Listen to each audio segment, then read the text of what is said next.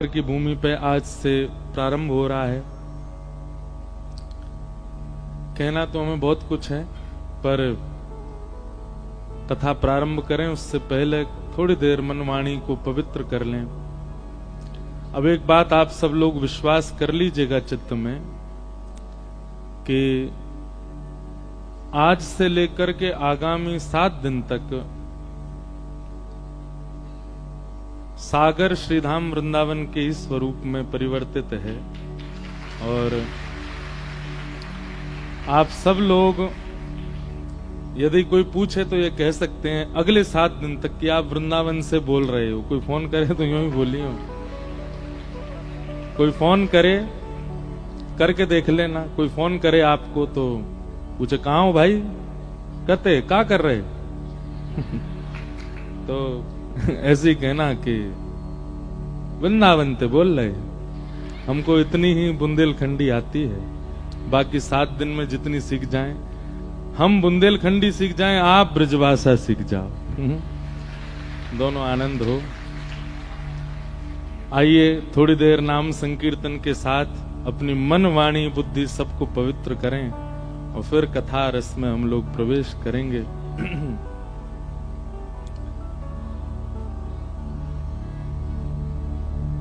जय राधे राधे राधे गोविंद राधे राधे राधे राधे गोविंद राधे श्री राधे राधे राधे गोविंद राधे राधे राधे राधे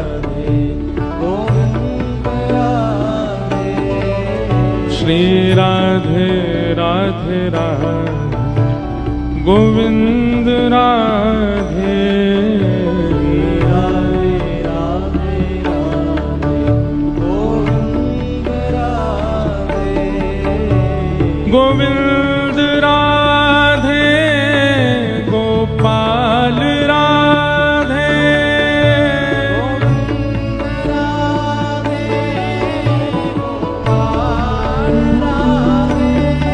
श्री गोविंद राधे गोपाल राधे गाओ भाव से गोविंद राधे गोपाल राधे गोविंद राधे श्री गोविंद राधे गोपाल राधे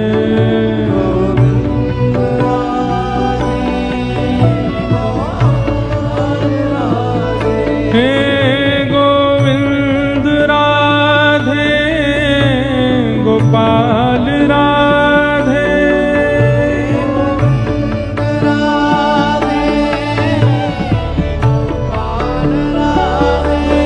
श्री गोविंद राधे गोपाल राधे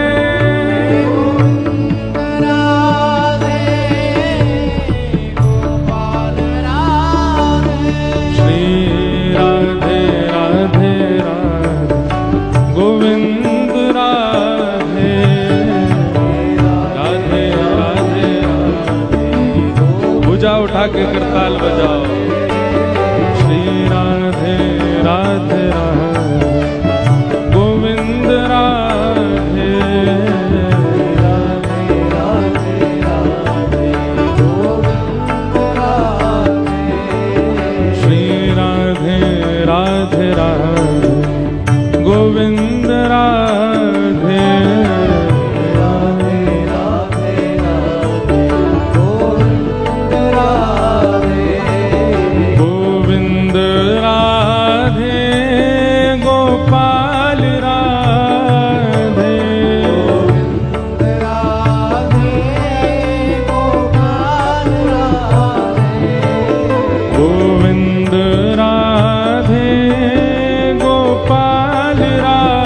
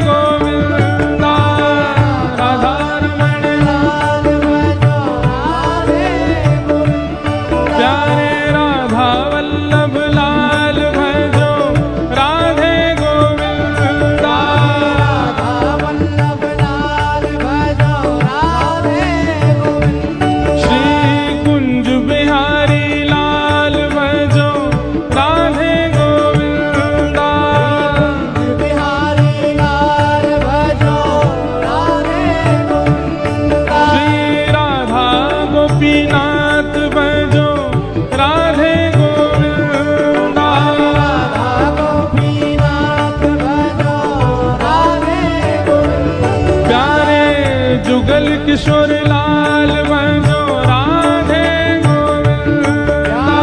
युगल किशोर लाल भजो राधे गोविंदा। भजो राधे राधे राधे राधे राधे गोविंदा। भजो राधे राधे राधे राधे राधे गोविंदा। भजो राधे राधे राधे राधे राधे गोविंदा।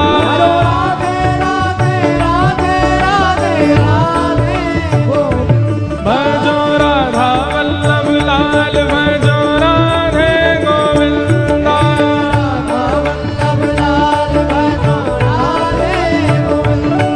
श्री वृंदावन चंद भजो राधे गोविंदा।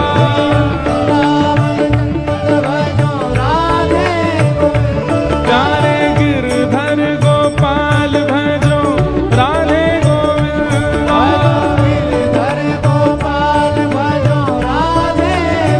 हे भजो राधे राधे राधे राधे राधे गोविंदा।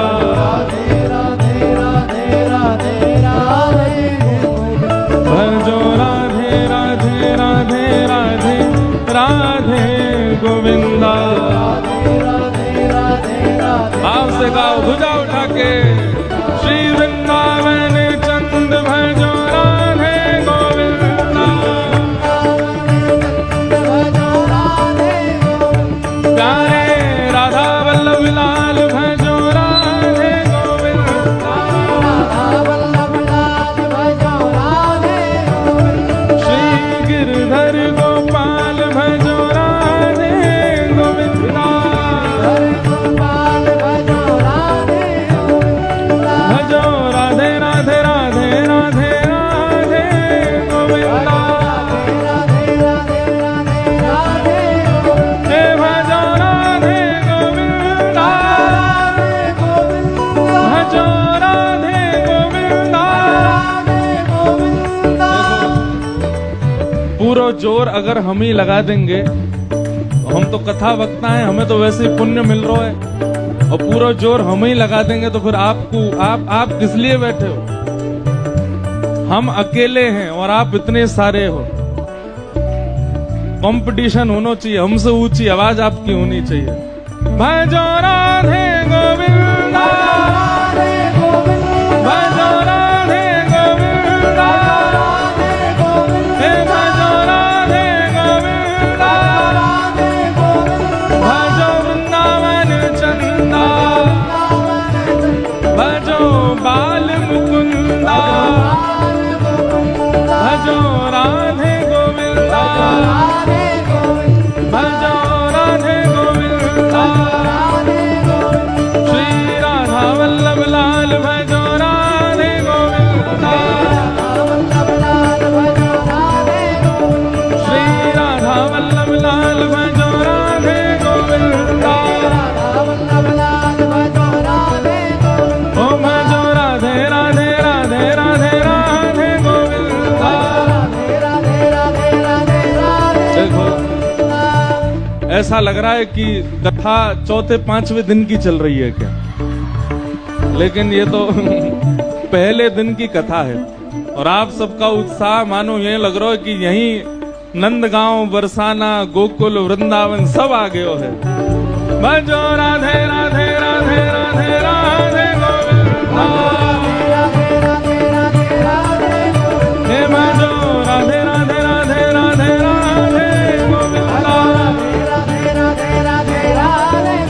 हे भजो राधे राधे राधे राधे राधे गोविंदा। जय राधे राधे राधे राधे राधे गोविंदा। वृंदावन में नंदगांव में, गोकुल जी में, गोवर्धन में, नंदगांव में, बरसाने में, सागर जी में, सब मिल बोले भाव से गाओ जय राधे राधे। श्री राधे राधे जय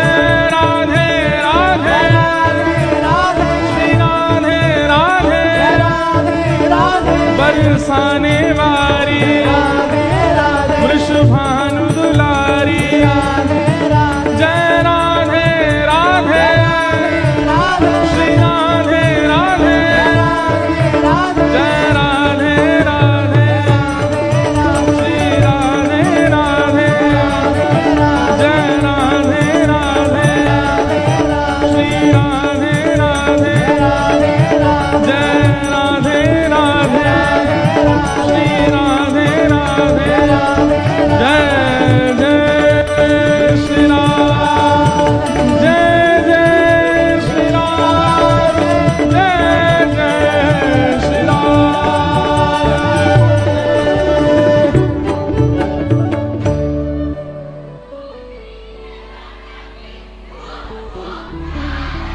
क्या बात है वंशी वारे, शाबाश, वाह भैया विराजो। बोलो वृंदावन बिहारी लाल की जय, श्री राधा रमण लाल की जय, श्री राधा वल्लभ लाल की जय, प्यारे गिरधर लाल की, भागवत महापुराण की, श्री सुखदेव जी महाराज की, श्री परीक्षित जी महाराज की, सब संतन की, सब भक्तन की, सब विप्रन की, 84 कोस ब्रजमंडल धाम की, गोवर्धन नाथ की, अनंत बलवंत श्री हनुमान जी महाराज की, श्री सिद्ध क्षेत्र श्री बालाजी धाम की जय जय श्री राम। नमः पार्वती पतये हर हर महादेव।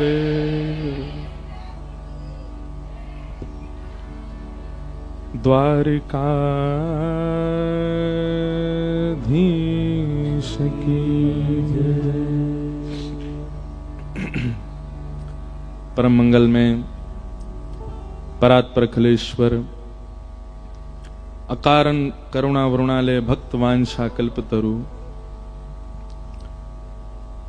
तड़िद्वत विनिंदित पीतांबरधारी श्री बाल कृष्ण लाल की, श्री राधा रमण लाल की, प्यारे गिरधर लाल की शब्दमयी प्रतिमूर्ति हम आप सबके मध्य में विराजमान श्रीमद् भागवत महापुराण को बारंबार प्रणाम।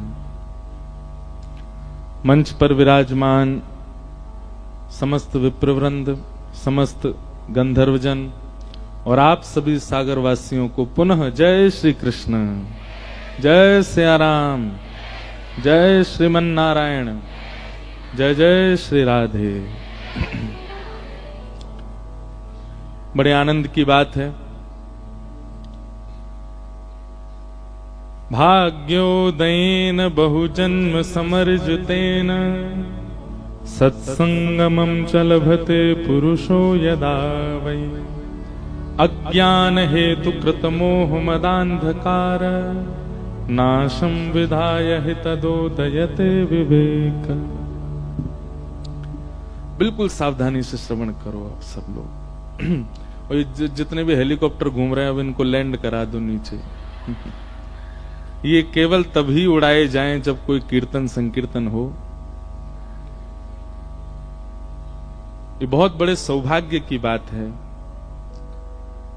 पूरा विश्व, पूरा भारत, संपूर्ण सनातन धर्म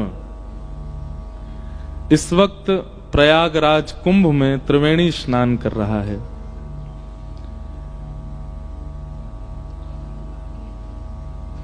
और उस पावन तिथि में, उस पावन घड़ी में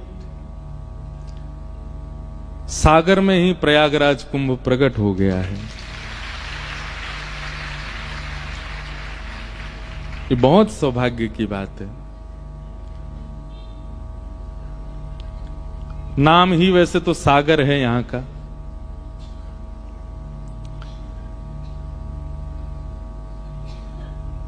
वास्तव में कुंभ का मतलब क्या है? कुंभ का मतलब घड़ा, जो संग्रहित करता हो, जो धारण करता हो रस को, जो रस को धारण करने की क्षमता रखता है उसको कुंभ कहते हैं। इस समय यदि कोई नजर घुमा के इस क्षेत्र को देखे, सागर क्षेत्र को देखे, सागर में भी श्रीधाम वृंदावन को देखे, इस समय ये वृंदावन ही है और उसमें भी ये बालाजी क्षेत्र ये इस पूरे प्रांगण को देखे तो यहां पीछे गिरधर लाल जी से लेके वहां पीछे तक ये पूरा कुंभ है और इसमें इतने सारे रस बिंदु एकत्रित हैं, तो ये कुंभ से कम नहीं। यहां पर प्रवेश करने वाले को निश्चित है कि त्रिवेणी स्नान का फल वहीं से ही प्राप्त हो जाता होगा।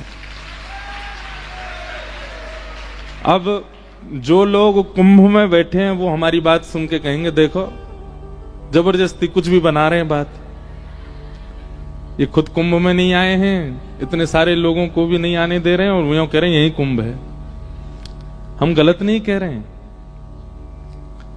यहां पर संत जन भी विराजमान है, सबको बारंबार प्रणाम करते हैं। बहुत ध्यानपूर्वक सुनिएगा। श्रीमद् भागवत में वर्णन है कि श्री सुखदेव जी महाराज परीक्षित को जब कथा सुना रहे थे तब देवता अमृत कलश लेकर के आए कथा में, और उस अमृत कलश को देखकर के श्री सुखदेव जी महाराज कहते हैं क्व कांच क्व मणिर महान ब्रह्म रातो विचार्य एवं तदा देवांजहासः। अमृत सामान्य नहीं है, लेकिन उस अमृत को भागवत जी के आगे क्या कह दिया, बोले ये तो कांच है और ये मणि है, कांच और मणि की तुलना कैसे हो सकती है। श्रीमद् भागवत सामान्य नहीं है। भागवत जी एक प्रकार से कुंभ 12 वर्ष में आता है, पर भागवत जी चलती फिरती कुंभ हैं। जिस नगर में पहुंच जाती है वहीं कुंभ का माहौल हो जाता है, वहीं कुंभ प्रकट हो जाता है। हम केवल सागर की प्रशंसा कर रहे हैं क्योंकि इस वक्त सागर में है, लेकिन भागवत जी जहां भी होती है वहां कुंभ ही है। अरे एक अमृत कलश, उसके जो बिंदु गिरे वहां कुंभ क्षेत्र प्रकट हो गए। ऐसे कोटि कोटि अमृत कलश वारी जाते हैं भागवत जी के ऊपर, कोटि कोटि अमृत कलश, तब भी भागवत जी की महिमा अति श्रेष्ठ है। ऐसे कुंभ को भी पवित्र करने के लिए भागवत की कथाएं होती हैं। बड़े बड़े व्यास पूरे भारतवर्ष के कुंभ में जाते हैं, कथाएं करते हैं, ताकि वह अमृत बिंदु, वह अमृत कलश, वह कुंभ क्षेत्र और पवित्र हो जाए। तो ये कुंभ ही है। 7 दिन तक आज जिन्होंने प्रवेश कर लिया है पंडाल में, 7 दिन तक नियमित रूप से कथा सुनिएगा। और बड़ी पावन तिथियां हैं। कल मौनी अमावस्या थी, आज से ये कथा का ये अपने आप ही तिथि बन गई है। ये कोई तिथि हमने पंचांग में देख करके नहीं नियोजित की है, ये अपने आप ही ऐसी तिथि बन गई है। 2 तारीख को वसंत पंचमी और संभवतः आज 30 तारीख है, 30, 31, 1, 2 और 2 तारीख को ही कृष्ण जन्मोत्सव है कथा में। और वसंत पंचमी को हमारे श्री लाल जी को और वृंदावन में सब ठाकुरों को प्रथम बार गुलाल लगाया जाता है। वसंत पंचमी से हमारे यहां होली शुरू हो जाती है। सागर वारे 2 तारीख तक बच के रही हो, हम थे कहीं पता चली फेंटा में हम गुलाल लिए घूम रहे हो, क्योंकि हमारे ब्रजमंडल की तो 40 दिन की होली होती है। वसंत पंचमी से प्रारंभ होती है और पूरी होली चलती है कब तक, बिल्कुल रंग एकादशी तक। और वसंत पंचमी से हमारे ठाकुर जी गर्म वस्त्र धीरे धीरे कम कर देते हैं पहनना। तो ऐसी वसंत पंचमी भी पड़ेगी और वो भी कृष्ण जन्म वाले दिन पड़ेगी, खूब आनंद आएगा। अब उस दिन हम अपने लाल जी को, अब वो तो जैन जी के यहाँ विराज रहे हैं कक्ष में, वहीं उनको गुलाल लगाया जाएगा, एक वसंत का छोटा उत्सव किया जाएगा। और इतनी संख्या के बीच में हमारे लाल जी एक दिन पधारेंगे कथा में भी, गोवर्धन उत्सव वाले वसंत पंचमी के अगले दिन लाल जी भी आएंगे। लेकिन भैया कहीं हमारी बात सुन के वसंत पंचमी वाले दिन कोई श्रोता गुलाल मत ले आना कथा में। पता चली कि महाराज यही होली है गई, सबन में एक दूसरे पर रंग डरगो। आए थे सब लोग श्रोता बन के, गए सब लोग भूत बन के, ऐसी नहीं हो जाए। तो ये भी देखो अपने आप ही वसंत पंचमी का क्रम कथा में अपने आप आ गया। हमसे बहुत सारे हमारे जो हमसे प्रेम करने वाले कई संत जन महाजन हैं, सब लोग बड़े नाराज हो गए, तुम कुंभ में क्यों नहीं आ रहे हो। तो हमने पहले ही कथाओं का सब क्रम निश्चित कर दिया था, कैसे आए, सब लोगों को बोल चुके हैं। फिर भी बहुत लोगों ने कहा, तो हमने एक बार जैन जी के पास संदेश भिजवाया कि कथा का समय थोड़ा आगे कर लें या पीछे कर लें, ये समय कुंभ में चले जाएं। आपने कोई ऐसा नहीं, हमको बिल्कुल स्वच्छंद रखा, आपकी जैसी इच्छा महाराज जी, आप जैसा आपको ठीक लगे। पर फिर ये योजना बनी गई कि नहीं, चलो सागर में कथा होगी। और हम प्रयास में ऐसे हैं कि 5 तारीख को जिस दिन विश्राम है कथा का, उस दिन कथा सुबह के सत्र में करेंगे और दोपहर में फिर यहां से हम कुंभ क्षेत्र, क्योंकि एक ही दिन है हमारे पास 6 तारीख, 7 से फिर हिमाचल में कथा है, तो 5 को दोपहर में जाके कुंभ में आप सब लोगों की तरफ से डुबकी लगाए आएंगे हम, यहां सब सागर वासियों की ओर से। लेकिन इसको बिल्कुल भी इस प्रकार से मत आंक लीजिएगा कि क्या तो फिर ये 7 दिन हम लोग कुंभ नहीं है, ये कुंभ ही है, प्रत्येक दिन कुंभ है। तो ये एक सूक्ष्म कुंभ जैसा प्रकट हो गया है अद्भुत सागर में। और उसमें भी कुंभ क्षेत्र में आपको पता है सब जाते हैं, सारे तीर्थ आते हैं प्रयागराज में, क्योंकि वो तीर्थों के राजा हैं। तीर्थों का राजा कौन है? प्रयाग। तीर्थों के गुरु कौन है? पुष्कर। कौन है? याद रखिएगा, तीर्थों के राजा प्रयाग, तीर्थों के गुरु पुष्कर, और तीर्थों के प्रधानमंत्री काशी विश्वनाथ, बनारस, वाराणसी। तो ऐसा प्रसंग आता है, बहुत प्रसिद्ध प्रसंग है कि सारे तीर्थ जाते हैं कुंभ में, प्रयागराज में। इस समय ऐसा कोई तीर्थ नहीं होगा भारत का जहां का व्यक्ति प्रयागराज में ना हो। लेकिन एक बार प्रयागराज थोड़े से व्याकुल हो गए, और व्याकुल होकर भगवान के पास गए और ठाकुर जी से जाके बोले, नाथ आपने मुझे तीर्थों का राजा बनाया, सारे तीर्थ आते हैं, सब मुझको प्रणाम करने के लिए 12 वर्ष में एक बार आते हैं, छोटा सा वृंदावन नहीं आता। क्यों नहीं आता? सारे तीर्थ आते हैं, आपका वृंदावन क्यों नहीं आता है? तो ठाकुर जी मुस्कुरा के बोले, भैया तीर्थों का राजा बनाया है, अपने घर का राजा थोड़ी बनाया है तुमको। वृंदावन हमारो घर है, वृंदावन नहीं आवे को। प्रयाग को भी वृंदावन जाना पड़ता है प्रणाम करने के लिए। क्यों? क्योंकि वृंदावन ठाकुर जी को घर है भैया, वृंदावन सामान्य नहीं है। लेकिन फिर भी हमारे वृंदावन के कई बड़े बड़े व्यास, बड़े बड़े संत सब प्रयाग, पूज्य पिताजी महाराज भी इस समय प्रयाग में ही कथा कर रहे हैं। तो सब जाते हैं, परंतु वह वृंदावन जो प्रयाग में भी नहीं जाते, वो सागर आए हैं, सागर में आए हैं। इसलिए सागर के सौभाग्य हैं कि ये 7 दिन के लिए हमारे जैन जी ने, उनके पूरे परिवार ने, और विशेष रूप से तो देखिए आप सब लोग, माने ना माने, हमको बहुत ज्यादा प्रशंसा नहीं करनी है, पर जो आपकी धर्म पत्नी है अनुश्री जी, ये बिल्कुल वात्सल्य मूर्ति हैं। इन्हीं के कारण ही ये कथा का क्रम यहां बन पाया। भगवान करे कि जो भी, जिनका भी अभी ब्याह नहीं हुआ, उनको ऐसी ही स्वभाव वाली गृहिणी प्राप्त हो। देखिए, हम अपनी कथा में एक बात कहते हैं, संसार में प्रचलित बात क्या होती है? पत्नी वो श्रेष्ठ सुंदर हो देखने में, पत्नी वो श्रेष्ठ भोजन अच्छा बनाना जानती हो, पत्नी वो श्रेष्ठ माता पिता की बहुत सेवा करती हो, पत्नी वो श्रेष्ठ जो बालकों को कुछ उज्जवल भविष्य प्रदान करती हो, पत्नी वो श्रेष्ठ जो घर के सब लोगों का ध्यान रखती हो। पर हमारी दृष्टि में पूछें तो पत्नी वो श्रेष्ठ जो पति सहित संपूर्ण परिवार को कृष्ण भक्ति में लगा दे, वो पत्नी श्रेष्ठ है। और इन्होंने तो केवल परिवार नहीं, पूरे सागर को ही लगा दिया है, सब कोई ठाकुर जी से जोड़ रही हैं।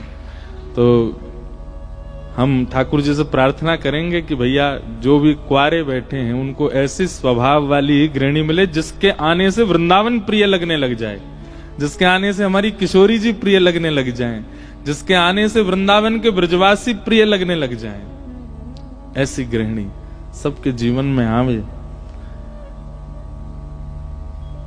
क्योंकि हमारा भी ब्याह नहीं हुआ है तो सब लोगों के सहित ये भाव हम भागवत जी से निवेदित करते हैं। तो आप सब लोग खूब आनंद से यहां पधारे हैं। सागर में पहले भी हमारा एक बार आना हुआ है, यहीं पर पूज्य श्री मलुकपीठ वाले महाराज जी की कथा थी और इसी मैदान में थी, यहीं आए थे।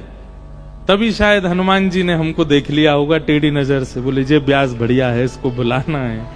और अब ये कृपा हुई। सागर से कई बार निकलना हुआ है रात्रि में, कभी हम दमोह आ चुके हैं, जबलपुर भी आ चुके हैं, आसपास के क्षेत्रों में तो आना हुआ है। तो कई बार गाड़ी से निकलना होता था कथा पूरी करके, तो सागर रात में निकलते थे सागर से। तो जो वो एक तालाब है यहाँ सरोवर, उसके ऊपर से जो मार्ग जाता है वहां बढ़िया रात में 1-2 बजे ऐसी बढ़िया लाइट जलती रहती हैं। तो देख करके मैं पूछता था, मैंने कि कौन सी जगह है भाई, ऐसा लगता है कोई बहुत सुंदर घाट, कोई नदी बह रही है, इतनी सुंदरता इस नगर की दिखती है। बोले महाराज ये सागर है, ये नदी नहीं है, ये तालाब है, ये सरोवर है। तो मैं देख करके इतना आनंदित, और हम आप हमारे यजमान है इसलिए बोल रहे हैं नहीं, मैं तब भी ये सोचता कि इस नगर के जो रक्षक हैं, इस नगर के जो पालक हैं, वो सच में धन्यवाद के पात्र हैं कि उन्होंने इतना सुंदर इसको व्यवस्थित किया है, इतना देखने में अच्छा लगता है। गत वर्ष भी शिवरात्रि पर बागेश्वर धाम में कथा करके मुझे भोपाल ही जाना था, तो मैं इसी मार्ग से निकला। तो वहां शिवरात्रि का क्रम करके जैसे निकला तो इतने सुंदर पूरे सब सजे थे और लाइट भी रस्तों में सुंदर सुंदर, उनमें कुछ रंग बिरंगे लगे। मुझे आज तक याद है, जबकि इतना घूमते हैं हम भूल जाते हैं, पर मुझे याद है ऐसा लग रहा था कोई बहुत प्राचीन पुरातन घाट बने हुए हैं, बहुत सुंदर सजावट है। तो हम सोचते थे कि यहाँ के नगर के जो भी रक्षक हैं, यहाँ के नगर के जो भी संरक्षक पालक हैं, वो निश्चित ही धन्यवाद के पात्र हैं। अब ठाकुर जी ने हमारी मन के भाव ऐसे सुने कि लो बेटा करो, 7 दिन तक धन्यवाद ही करो तुम नगर के पालक को ही यजमान बना दिया कथा का तो सागर का ये अद्भुत ये बुंदेलखंड की भूमि प्रणम्य है। हमारे वृंदावन रस को, अब वृंदावन से कथा प्रारंभ हो रही है, खूब वृंदावन की चर्चा करेंगे। हमारे वृंदावन रस को गाने वाले महापुरुषों में अधिकतर महापुरुषों का जन्म बुंदेलखंड में हुआ, जिनमें सबसे ऊपर नाम आता है श्री हरिराम व्यास जी का, जिन्होंने श्री जुगल किशोर जी को प्रकट किया, जो कि पन्ना में विराजमान है। पन्ना भी बुंदेलखंड में ही आता है। पन्ना के श्री जुगल किशोर जी जो हैं, ये हमारे वृंदावन से आए ठाकुर जी हैं। और केवल जुगल किशोर जी नहीं, कई ठाकुर ऐसे हैं आपके बुंदेलखंड में जो हमारे वृंदावन से आए हुए हैं। ठाकुर जी के बहुत मंदिर हैं बुंदेलखंड में। हरिराम व्यास जी जो कि ओरछा नरेश मधुकर शाह राजा के कुल गुरु थे, राजगुरु थे। श्री हरिराम व्यास जी महाराज, बहुत सावधानी से सब लोग इधर देखो, इधर देखो, कथा सुनो बिल्कुल ध्यान से। अच्छा एक बात हम पहले ही कह दें शुरू करने से पूर्व, आज की जो कथा है वो थोड़ी विलंब से हुई, क्योंकि हम सुबह ही आए हैं, सुबह ही नहीं अब ही आए हैं एक देर पहले, तो इसलिए आज की कथा थोड़ी विलंब से हुई। पर कल से, क्योंकि मुझे पता है कि 6 बजे आप सब लोगों को छुट्टी देनी ही है हमें, तो इसलिए कल से जो कथा का समय है वो आप लोगों के लिए 2:30 बजे आप लोग यहां उपस्थित हो जाना। 3 बजे हम हर हाल में मंच पर बैठ जाएंगे, तो इसलिए कल से आप लोग 2:30 बजे आ जाइएगा। 3 बजे से 6 बजे तक का क्रम रहेगा। और हमारा मन ज्यादा लग जाएगा कथा में तो फिर 6 से 6:30 7 भी बज सकते हैं। वो हमारे मन लगने के ऊपर है, और मन लगवाना आपको ही पड़ेगा। आप लोग भाव से सुनोगे तो हमारा मन लगेगा। तो इसलिए कल से आज के लिए हम क्षमा प्रार्थी हैं कि आप लोग, क्योंकि मुझे बता रहे थे कई लोग तो बहुत देर, महाराज जी 12 साढ़े 12 बजे से आ गए, दूर के लोग हैं 12 बजे आए हो, जय हो, 11 बजे आए हैं, जय हो 11 बजे से आके बैठ गए। तो कल से कोई विलंब नहीं होगा, आप लोगों के समय का ध्यान रखा जाएगा, आप लोग समय से पधारिएगा। हम 3 बजे आ जाएंगे। आप लोग पहले आओ पहले पाओ वाली स्थिति है, जो जल्दी आ जाए वो आके अपना स्थान ग्रहण करे। और कल से 3 बजे से कथा होगी। तो श्री हरिराम व्यास जी महाराज मधुकर शाह राजा ओरछा नरेश के राजगुरु हैं, कुलगुरु हैं। पर आपको वृंदावन ने एक बार बस स्पर्श कर दिया, और उस स्पर्श का ऐसा फल हुआ महाराज। आप बैठे थे बेतवा नदी के तट पर, और तभी किसी ने वृंदावन का सुंदर पद गाया।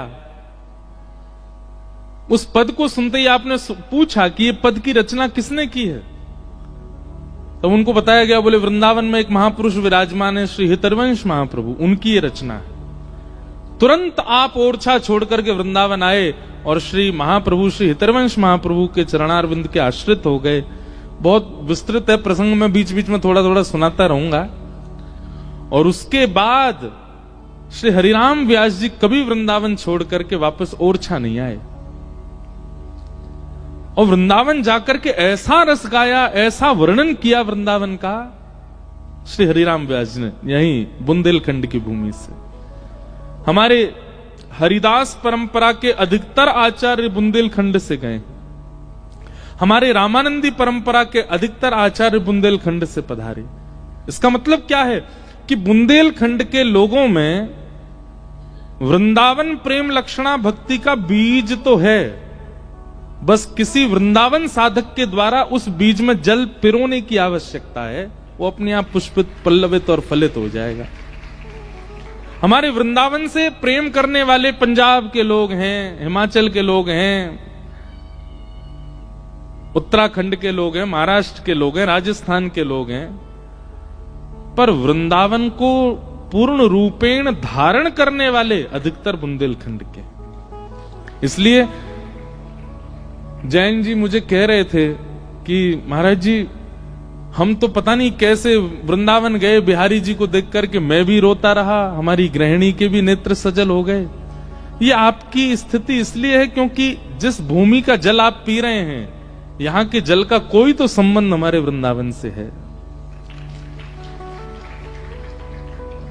हम एक भाव गाते हैं कथा में, कई जन्मों से बुला रहे हो, कोई तो नाता जरूर होगा, नजरों से नजरें मिला न पाऊं, मेरी नजर का कसूर होगा, तुम ही तो मेरे माता पिता हो, तुम ही तो मेरे बंधु सखा हो, कितने रिश्ते तुम संग मेरे, कोई तो रिश्ता जरूर होगा।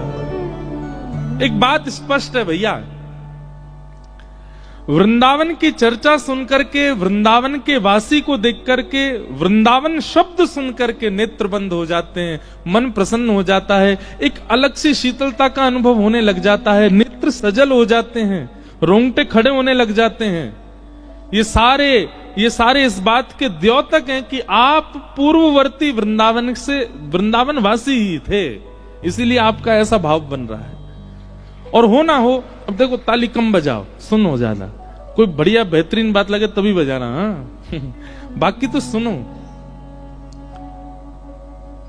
वृंदावन से पूर्व, अब मुझे एक बात समझ नहीं आती, मैं कथा सुनाऊंगा और कथा का भाव सुनकर के आप क्यों रो रहे हो? आपके नेत्रों में आंसू क्यों आ रहे हैं? आज सुबह हम लोग जब आ रहे थे, कितने सारे बालक, कितने सारी माताएं, कितने भाई बंधु वो भावुक हो रहे हैं देख करके। मैं कोई बहुत बड़ा कोई फिल्म स्टार तो नहीं हूं, मैं कोई बहुत बड़ा कोई वो तो हूं नहीं, क्या बोलते हैं उसको, एक्टर। लेकिन केवल ये बात देख करके कि कोई ब्रज से आए हमारे नगर में, कोई ब्रजवासी आए हमारे गांव में, हमारे नगर में, हमारे शहर में। राधा रमन जी तो नहीं आ पा रहे, राधा वल्लभ जी तो नहीं आ पा रहे, पर उनके सदा चरणों में रहने वाला कोई ब्रजवासी आया है, उसी भाव से भावुक हो रहे हैं। क्यों ये भावुकता आपके चित्त में क्यों हो रही है? आप कभी मिले तो हो नहीं ठाकुर जी से, कभी प्रत्यक्ष देखा तो है नहीं उनको, फिर क्यों? हमारा पूर्व का संबंध तो है, हम कभी ना कभी तो ठाकुर जी से मिले हैं। हम पूर्व में जब ठाकुर जी आए होंगे पृथ्वी पर, हम में से कोई उनका सखा रहा होगा, हम में से कोई सखा नहीं तो बंदर रहे होंगे जो संग में ही डोलते रहे होंगे ठाकुर जी के। उनकी कृपा दृष्टि पड़ गई है, हमने उनको नजदीक से देखा है किसी युग में, इसीलिए इस युग में उनकी चर्चा, उनके संबंध की बातें, उनके नगर का व्यक्ति हमको भावुक कर देता है। संबंध तो है। आप चाहे किसी भी धर्म में हैं, किसी भी पंथ में हैं, किसी भी जाति प्रजाति में हैं, किसी भी नगर में हैं, किसी भी शहर में हैं, वृंदावन यदि आपको आकर्षित कर रहा है तो ये बात हम व्यासपीठ से डंके की चोट पर अपने हस्ताक्षर करके कह सकते हैं कि आपका पूर्व संबंध ठाकुर जी से है, आप पूर्व के ब्रजवासी ही हो, तभी आपको इतना प्रेम हो रहा है उनसे। और उसमें भी मध्य प्रदेश, क्या ही कहें इस प्रदेश के लिए। तो यहां की पुरातन संस्कृति अद्भुत, यहां के ग्रामीण क्षेत्र के लोग, शहरी क्षेत्र के लोगों की मानसिकता अच्छी, यहां के लोगों की विचारधाराएं इतनी शुद्ध पवित्र, यहां का भोजन शुद्ध पवित्र, यहां के गांव, यहां की नदियां, यहां के पहाड़, यहां के जंगल सुंदर शुद्ध पवित्र। तो निश्चित है कि ब्रजमंडल में किसी का जन्म होता है और वो किसी कारण से उसको पुनर्जन्म यदि लेना होता है तो ठाकुर जी ज्यादा दूर नहीं भेजते उसको, मध्य प्रदेश में ही दे देते होंगे जन्म। बोल चलो यहां से तुम आते तो भी रहोगे वृंदावन, ज्यादा दूरी नहीं है। बहुत अद्भुत है मध्य प्रदेश, यहाँ की संस्कृति, यहाँ के लोग, यहाँ के लोगों की मानसिकता, विचारधारा। जितना पुरातन संस्कृति का पालन हमारे मध्य प्रदेश ने किया है, शायद और प्रदेश तो आधुनिकता की ओर भाग रहे हैं, पर मध्य प्रदेश आज भी अपनी आधुनिक संस्कृति, अपनी पुरातन प्राचीन संस्कृति को आज भी बचाए हुए है। जितना पुराना कर्म, जैसे कि हैंडलूम के काम हो, पुरानी कलाकृतियां हो, पुरानी चीजों से किसी चीज को निर्माण करना, वो जितना मध्य प्रदेश में उतना अन्य जगह नहीं दिखता है। तो ऐसी मध्य प्रदेश की भूमि, उसमें भी मध्यस्थ ये सागर, मुझे बहुत प्रसन्नता है आज यहाँ आकर के। आप सब लोगों को मैं वंदन करता हूँ, नमन करता हूँ और निश्चित ही आश्वासन देते हैं कि 7 दिन में नहीं रहे सो भूल जाओगे कि आप सागर में हो, यूं ही लगेगा वृंदावन में ही बैठे हैं हम तो। यहीं श्री ठाकुर जी यही पहाड़ी पर, यहीं कहीं नीचे गली मोहल्ला में ही कोई गैया चरा रहे होंगे, ऐसा अनुभव होएगा। आज प्रथम दिन है कथा का, थोड़ी देर हम लोग चर्चा करें। आज प्रथम दिन वैसे भी महात्म की चर्चा होती है और अभी हमारे वृंदावन से आ रहे हैं महाराज जी, हमारे राधा वल्लभ लाल जी के परम सेवक, वहां के तिलकायत गोस्वामी जी अभी पधार रहे हैं। तो थोड़ी देर हम लोग चर्चा करें और उसके बाद आज प्रथम दिन के सत्र को विराम करेंगे और कल से विधिवत रूप से 3 से 6 बजे तक का क्रम आप लोग ध्यान से करिएगा। बोलो वृंदावन बिहारी लाल की। प्रथम दिन महात्म की चर्चा होती है। महात्म का मतलब क्या होता है? महत्व। क्या होता है? महत्व, अंग्रेजी में कहें इंपॉर्टेंस। श्रीमद् भागवत जी की इंपॉर्टेंस क्या है, श्रीमद् भागवत जी का महत्व क्या है, महात्म क्या है, उस पर हम थोड़ी सी चर्चा करेंगे।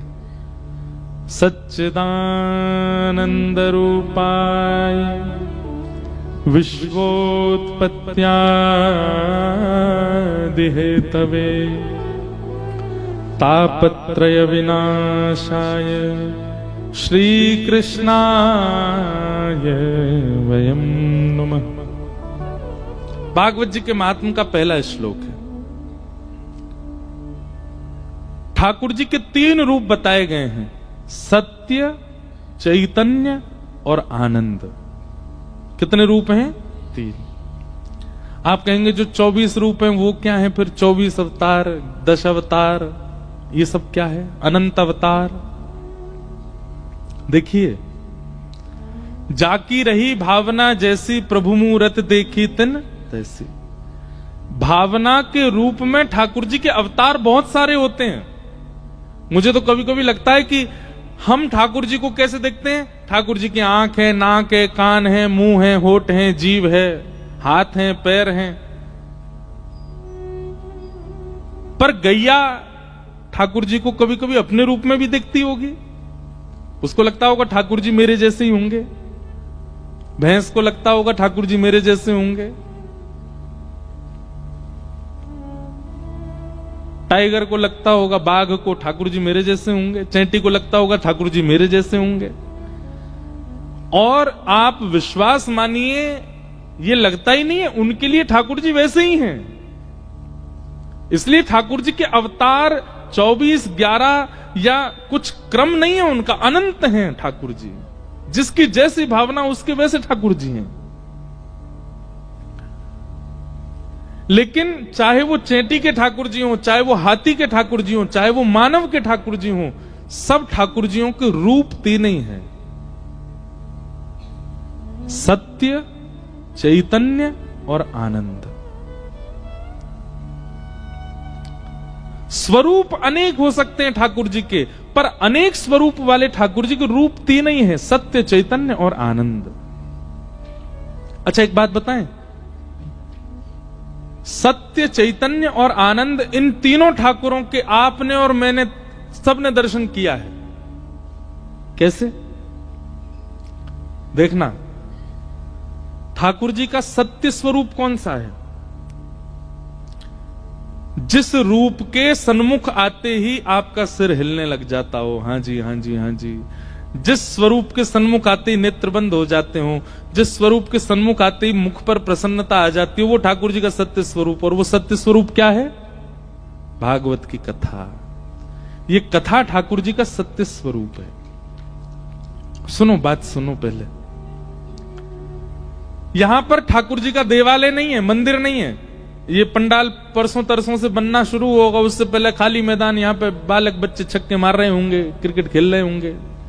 लेकिन आज अचानक से यहां पर एक स्वरूप प्रकट हुआ, जिस स्वरूप को आप सुनकर के सिर भी हिला रहे हो, नेत्र भी बंद कर रहे हो, चित्त में अत्यंत शीतलता का अनुभव कर रहे हो। आपको यहां देवालय नहीं है, यहां पर कोई मंदिर नहीं है, यहां पर कोई जप अनुष्ठान आदि कुछ ऐसा विशेष पहले हुआ नहीं। मंदिर क्षेत्र तो है, पर फिर भी इस प्रांगण में अभी अचानक से शब्दों से ही हमको सुख की अनुभूति हो रही है। इसका मतलब ये क्या है? ये सत्य भगवान है। श्रीमद् भागवत का प्रत्येक शब्द सत्य भगवान। आप एक भी बात अगले 7 दिनों तक ऐसी नहीं सुनेंगे जिस पर आपका गर्दन ऐसे हो, सब पे ऐसे ही होगा। सारी बातों पर आप ऐसे ही करोगे, हर बात को सुन के आप प्रसन्न हो जाओगे। तो ये कौन है? ये ठाकुर जी का सत्य स्वरूप है। दूसरे, चैतन्य। ठाकुर जी का चैतन्य स्वरूप कौन है? भागवत जी में एक श्लोक आता है, वाणी गुणानुकथने श्रवणौ कथायाम् हस्तौ च कर्म सुमनस्तव पादयोर्नः स्मृत्यां शिरस्तव निवास जगत् प्रणामे दृष्टि सतां दर्शनेस्तु भवत्तनूना। बहुत ध्यान पूर्वक सुनो।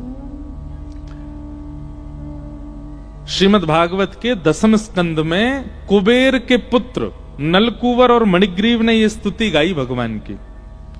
और इस स्तुति में वो क्या कह रहे हैं, अब पूरी स्तुति का अर्थ तो बड़ा है, मैं अंतिम बात का अर्थ बता दूं।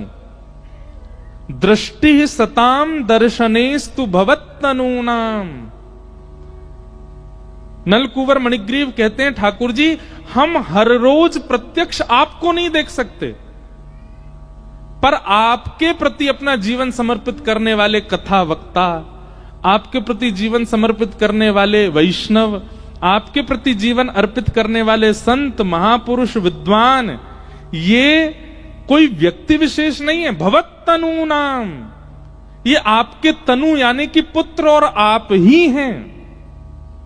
अगर हम किसी महापुरुष का दर्शन करते हैं, किसी वैष्णव का दर्शन करते हैं, किसी विद्वान का दर्शन करते हैं, किसी वैष्णव भाव युक्त व्यक्ति का दर्शन करते हैं, उस समय यदि हमारे प्रणाम करते समय पूर्ण ये भावना आ जाए कि नहीं साक्षात भगवान ही है, उनके अंश ही हैं, तो प्रणाम में वही फल प्राप्त होगा। भवत्तनु नाम, तो सत्य स्वरूप भगवान का हो गया कथा, चैतन्य स्वरूप हो गया ठाकुर जी के सब संत जन, महत जन, वैष्णव जन, भक्त जन, ब्रजवासी जन। और अंतिम स्वरूप है ठाकुर जी का आनंद। आनंद क्या है? इस समय इस सभागृह में सब लोग बैठे हैं, बैठ करके जिस स्थिति में बैठे हैं, जिस अवस्था में बैठे हैं, आप एक दूसरे का ही दर्शन कर लो और इस क्षण का जो अनुभव करोगे 6 बजे तक, 6:15 बजे तक, 6:30 बजे तक, यही आनंद स्वरूप है भगवान का। तो सत्य, चैतन्य और आनंद। सत्य कौन है? कथा। चैतन्य कौन है? ठाकुर जी के महत जन, वैष्णव जन, संत जन, ब्रजवासी जन, अयोध्यावासी जन, द्वारिकावासी जन, जगन्नाथपुरी वासी जन, किसी भी तीर्थ धाम के निवासी जन, उनका दर्शन भी भगवान के दर्शन के समान है। वो चैतन्य दर्शन है ठाकुर जी का। और कथा में बैठ करके अपनी सुध बुध भूल करके, तन की स्थिति भूल करके, आनंद निमग्न होकर के जो झूम रहे हैं हम आप सब लोग, यही ठाकुर जी का आनंद स्वरूप है। लोग 11 बजे से बैठे हैं, इतनी देर कोई व्यक्ति बैठता है? क्यों बैठे हैं? क्योंकि यहां सुख नहीं मिल रहा है, यहां आनंद की अनुभूति हो रही है। आनंद में व्यक्ति को समय का अभाव नहीं पता चलता, आनंद में व्यक्ति को तन की कितनी विषमता है इसका अनुभव नहीं होता। अब हम यहां कथा कल से 3 बजे बैठेंगे, 6-7 बजे तक बैठे रहेंगे, पामन में दर्द नहीं होता? होता है, पर आनंद की अनुभूति होने लग जाती है, और आनंद की अनुभूति से फिर वो दर्द भूल जाते हैं, तन की स्थिति चली जाती है। बोलो श्री राधा वल्लभ लाल की। हमारे श्री राधा वल्लभ जी के परम सेवक श्री तिलकायत गोस्वामी जी हमारे मध्य पधारे हैं, पूज्य श्री मोहित महाराज जी महाराज। एक बार सब लोग पूज्य महाराज जी को वंदन करें। बोलो राधा वल्लभ लाल की जय। जय राधा वल्लभ हित हरि वंश। जय राधा वल्लभ हित हरि वंश। जय जय राधा वल्लभ हित हरि वंश। जय राधा हित हरि। जय जय श्री वृंदावन श्री वन चंद। जय जय श्री वृंदावन जय जय राधा वल्लभ प्यारो हरि वंश। जय जय राधा वल्लभ प्यारो हरि वंश। जय जय राधा वल्लभ प्यारो हरि वंश। जय जय राधा वल्लभ प्यारो श्री वृंदावन श्री वनचंद, जय जय श्री वृंदावन श्री वनचंद। ओ जय जय राधा वल्लभ हित हरिवंश, जय जय राधा वल्लभ हित हरिवंश, जय जय श्री वृंदावन श्री वनचंद, जय जय करताल बजा के गाओ। प्यारो राधा वल्लभ प्यारो हरिवंश, प्यारो राधा वल्लभ हित हरिवंश, प्यारो राधा वल्लभ प्यारो हरिवंश, प्यारो राधा वल्लभ प्यारो हरिवंश। जय जय श्री वृंदावन श्री मनचंद, जय जय जय श्री वृंदावन श्री वनचंद, जय जय श्री वृंदावन श्री वनचंद, जय जय श्री वृंदावन श्री वनचंद। ओ जय जय राधा वल्लभ हित हरिवंश, जय राधा वल्लभ हित हरिवंश, जय जय राधा वल्लभ प्यारो हरिवंश, जय राधा वल्लभ हित हरिवंश, जय जय राधा वल्लभ हित हरिवंश, जय राधा वल्लभ हित हरिवंश। हे जय जय श्यामा जय जय श्यामा, जय श्री वृंदावन धाम, जय जय श्यामा जय जय श्यामा, जय जय श्री वृंदावन धाम, जय जय श्री वृंदावन धाम, प्यारो श्री वृंदावन धाम, प्यारो श्री वृंदावन जय धाम। जय जय श्यामा जय जय श्याम, जय जय श्यामा जय जय श्याम, जय जय श्री वृंदावन धाम, जय जय श्री वृंदावन हे धाम। प्यारी श्यामा तेरो नाम, प्यारो श्यामा तेरो नाम, प्यारो श्री वृंदावन धाम, प्यारो श्री वृंदावन धाम। राधा वल्लभ हित हरिवंश, जय जय राधा वल्लभ हित हरिवंश। श्री राधा वल्लभ लाल की, श्री हितरवंश महाप्रभु की, प्यारो वृंदावन धाम की जय जय श्री राधे। परमानंद परम सौभाग्य के क्षण हैं हमारे मध्य में। श्री राधा वल्लभ लाल जी के परम सेवक एवं श्री हरिवंश नाम की पताका लेकर के पूरे विश्व भर में आनंद करा रहे तिलकायत गोस्वामी श्री मोहित मराल जी महाराज पधारे हैं। उनको बारंबार प्रणाम करते हैं, बारंबार वंदन करते हैं। साथ ही हमारे बड़े भैया जी भी पधारे हैं और माता जी बहन जी सब आए हैं, सबको बारंबार वंदन करते हैं। पूरा वृंदावन ही आयो है, सब वृंदावन ही आए हैं। और देखो अब अभी मुझे कुछ अनुभव हो रहा था।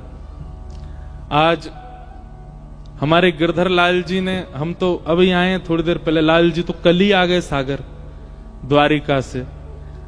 तो आज श्री गिरधर लाल जी ने भी गुलाबी पोशाक पहनी, तो लाल जी की देखा देखी हमने कि हम भी गुलाबी पटका पहन लें। अब सुन तो लो बात, पहले टप टप टप बजाने लगो, सुनो पहले पूरी बात। तो लाल जी ने गुलाबी पहनी, फिर हमने भी गुलाबी पहन लियो, और आप श्री राधा वल्लभ जी की चुनरी लाए, वो गुलाबी लेके आए। तो ये जो मैचिंग भई है ना, आज ये जो वर्ण को जो मिलान भयो है, वासों सिद्ध भयो है कि यदि नीलांबर आयो हो तो श्वेतांबर आयो होतो, पीतांबर आयो होतो, पीलो रंग आयो होतो तो ये मानते कि श्री राधा वल्लभ जी पधारे हैं। पर ये गुलाबी रंग आयो तो मतलब श्री जी ही आ गई हैं, श्री लाडली जी पधारी हैं। और 2 तारीख को वसंत पंचमी भी है, तो वैसे ही गुलाबी तो गुलाल तो मानो ही है। तो भैया पूरी कृपा है, श्री जी पधार गई हैं कथा में। अब तो ये आनंद मंगल कथा। अब भैया एक काम करवा दो, शैलेन जी कल मुख्य द्वार पे ऊपर लिखवा दो, प्यारो वृंदावन धाम। अब निश्चित ही कर दो, ये वृंदावन ही बन गए है। आप श्री आज पधारे हैं साक्षात वृंदावन से, और आज ही आपको वापस प्रस्थान भी करना है। इतना क्रम कोई व्यक्ति, और विशेष रूप से ब्रजवासी, ये उन्हीं के लिए करते हैं जब किसी के प्रति बहुत प्रेम हो। नहीं तो इतनी व्यस्तता में कौन ऐसे आवे इतने थोड़े समय के लिए। पर फिर भी आप आए हैं तो निश्चित ही सागर वासियों के प्रति श्री लाडली जी का बहुत प्रेम है, तभी आप आ पाए हैं। आपका बहुत बहुत अभिनंदन, बहुत बहुत स्वागत, बहुत बहुत वंदन। हम तो पूज्य मलुक पीठ वाले महाराज जी की कथा हुई थी वृंदावन में दिसंबर में, दास की कुटिया पे। तब महाराज जी के संग राधा वल्लभ जी गए थे, तभी महाराज जी से मिलना हुआ। और आपसे मिलके हम निकले हैं वृंदावन से, तब से अब तक वृंदावन ही नहीं गए। तो वृंदावन की याद खूब आ रही, कब जाएंगे। अब हम होली पे ही जाएंगे, तो वहां से पहले आप यहाँ आ गए तो यूं लगो जैसे परदेश में अपने नगर की गाड़ी नंबर दिख जाए तो भी मन को बड़ो खुशी है जाए कि भैया ओ देखो हमारे मध्य प्रदेश की गाड़ी घूम रही है उत्तर प्रदेश में। तो ये यहाँ का नंबर कोड क्या है, एमपी क्या है यहाँ पे, हैं 15, एमपी 15 में सुबह यूपी 85 आई, हमारे यहाँ की यूपी 85, यूपी 85, और दूसरी आ गई यूपी 85। तो बड़ा अच्छा लग रहा है देख करके, चलो कोई ब्रजवासी आ गए हैं, बहुत सुख मिल रहा है चित्त को। आप श्री पधारे, आपको बारंबार वंदन करें। थोड़ी सी हम चर्चा कर लें महात्मा की, और फिर आपके भाव श्रवण करेंगे। फिर उसके बाद कथा को प्रथम दिन के भाव से विश्राम देंगे। एक बात मेरे मन में आ रही, अभी आप आए तभी। हमारे वृंदावन के 3 ठाकुर बड़े प्रसिद्ध हैं, श्री वृंदावन बिहारी लाल, श्री राधा वल्लभ लाल और श्री राधा रमण लाल। और तीनों वृंदावन के रूप को अलग अलग भांति से विराजमान करें। बहुत ध्यान से सुनना। सबसे पहले श्री वृंदावन बिहारी लाल। वृंदावन व्यक्ति को बुलाने में सबसे पहला अगर किसी का आकर्षण है तो वो श्री बिहारी जी का। व्यक्ति वृंदावन जाएगा सबसे पहले किनको देखने जाते हैं? बिहारी जी को देखने जाते हैं। मतलब व्यक्ति को सबसे पहले वृंदावन बुलाने वाले कौन हैं? श्री बिहारी जी। पहली बार बिहारी जी से मिलेगा, चाहे वो हरिवंशी हो, चाहे हरिदासी हो, रामानंदी हो, रामानुजी हो, किसी भी संप्रदाय के हो, सबसे पहले वृंदावन आने का कारण बिहारी जी। तो वृंदावन बुलाने के रूप में श्री बिहारी जी।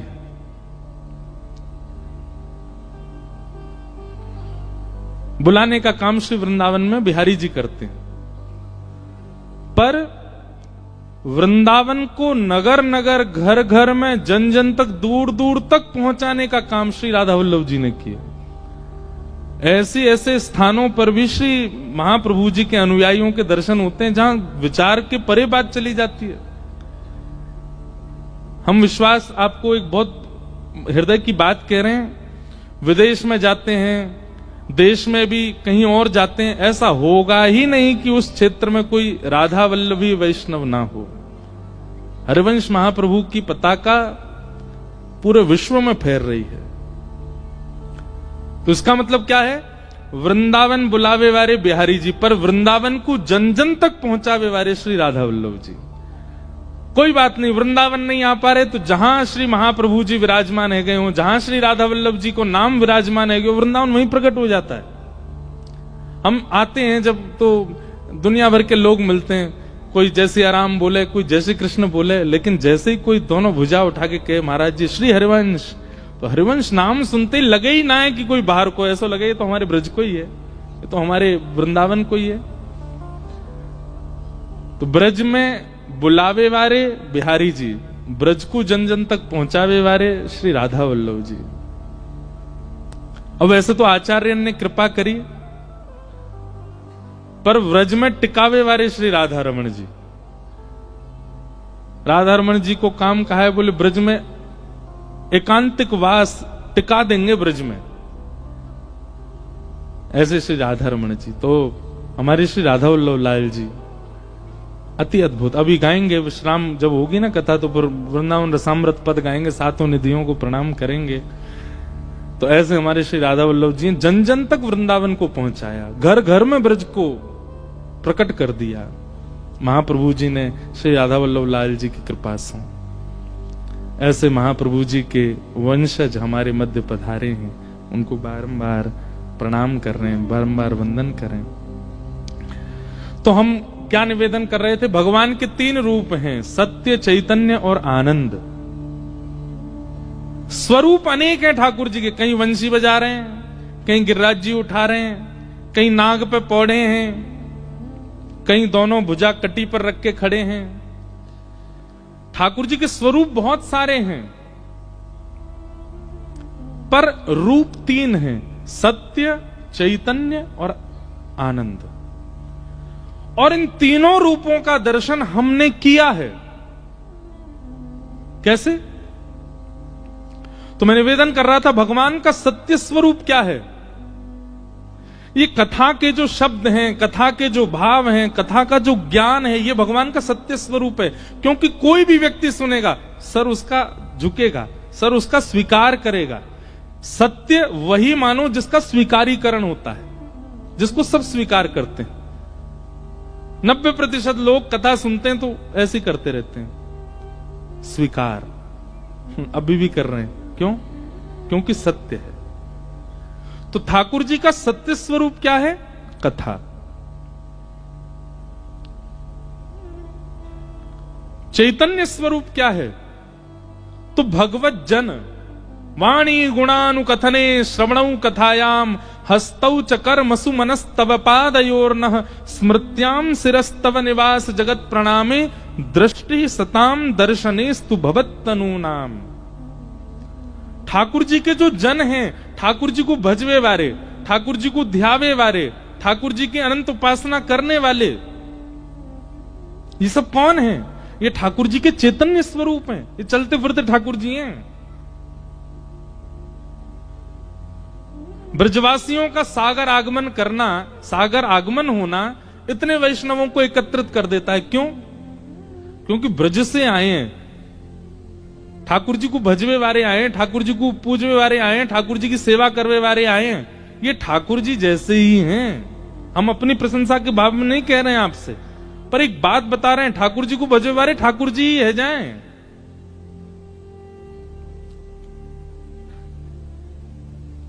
आपने श्री राधा बाबा का नाम सुना है? हमारे भारत के एक अद्भुत संत हुए श्री राधा बाबा महाराज।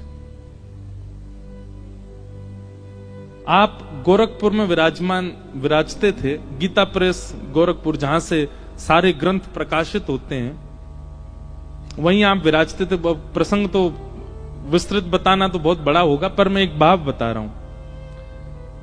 तो हमारे श्री राधा बाबा महाराज पूरे दिन दर्शन देते थे, लोग बाग मिलते थे उनसे। वो एक जगह बैठे रहते थे, अपने कभी लेखन का कार्य, कभी प्रवचन का कार्य, कभी कोई कार्य, लोग दूर बैठ के उनको देखते रहते, दर्शन करते थे। पर एक वयोवृद्ध माता, एक बूढ़ी माता जी, वो बाबा का दर्शन कब करती थी? जब सुबह सुबह ब्रह्म मुहूर्त में बाबा जंगल जाते थे शौच के लिए, वो तभी दर्शन करती थी बाबा का। उसको अनेक लोगों ने कहा, बोले पूरे दिन बाबा यहां बैठते हैं, लोग मिलने आते हैं, दर्शन होते हैं, सब कुछ होता है, तुम तब क्यों नहीं आती हो? इस सुबह सुबह महाराज जी हमारे निवृत्त होने जाते हैं, तभी तुम दर्शन क्यों करती हो आके? अब अब देखिए बात बहुत बड़ी है, ध्यान से सुनिएगा। वो कहती हैं, बोले मैंने दिन में भी दर्शन किए बाबा की, शाम को भी दर्शन किए, दोपहर में भी दर्शन किए, पर दिन में, दोपहर में, शाम को जब दर्शन करती हूं तब अकेले बाबा दिखते हैं। पर ये सुबह सुबह जब ये स्नान ध्यान और निवृत्त होने के लिए जाते हैं ना, तो एक सांवरा सलोना सा लाला इनके पीछे पीछे जाता है, एक बालक इनके पीछे पीछे चलता है। मैं बाबा को देखने नहीं आती सुबह, उस बालक को देखने आती हूँ। वो बालक कोई और नहीं, स्वयं ठाकुर जी उनके पीछे पीछे चलते हैं। इसका मतलब क्या है? ठाकुर जी को भजवे वारे, ठाकुर जी को ध्यान करवे वारे, ठाकुर जी के निरंतर चिंतन में रहने वाले, उनके स्वरूप में या उनके ऑरा में, उनके आसपास के वातावरण में ठाकुर जी होते हैं। इसलिए उनका दर्शन ठाकुर जी के दर्शन के समान ही माना जाता है। तो सत्य भागवत जी के श्रवण, ये सत्य स्वरूप है। भगवत प्रेमियों का दर्शन, भगवत जनों का दर्शन, ये चैतन्य दर्शन है। और भगवत जनों का, भगवत कथा का श्रवण दर्शन करने के बाद जो प्रफुल्लता मन में होती है, जो आनंद मन में आता है, यही आनंद स्वरूप का दर्शन। इस समय आप सब लोग बैठे हैं, एक पंडाल के अंदर बैठे हैं, बड़ी प्रसन्न मुद्रा में बैठे हैं। ये प्रसन्नता ही आनंद है और यही श्री कृष्ण है। हमारे शास्त्र एक बात कहते हैं कि जितनी देर आप सत्संग करते हो, जितनी देर आप कथा श्रवण करते हो, उतनी देर आपकी आयु गिनी नहीं जाती। हमारी आयु हर क्षण काउंट होती है। हम सुबह उठते हैं, वो भी काउंट होता है। हम भोजन नाश्ता करते हैं, वो भी काउंट होता है। स्नान करते हैं, वो भी, उसकी भी गिनती चलती रहती है। जितनी आयु लिखी है उतनी ही जीनी है हमें। पर जब हम सत्संग करते हैं, जब हम कथा श्रवण करते हैं, जब हम कीर्तन करते हैं, जब हम राधा वल्लभ जी का दर्शन करते हैं, जब हम किसी भगवत क्रिया में होते हैं, उस समय हमारी आयु गिनी नहीं जाती। उतनी देर हमारी आयु की गिनती रुक जाती है, मतलब आयु बढ़ती है भगवत कथा, भगवत दर्शन, भगवत स्मरण से। क्यों? क्योंकि उस समय व्यक्ति सुख में नहीं होता, प्रसन्नता में नहीं होता, आनंद में होता है।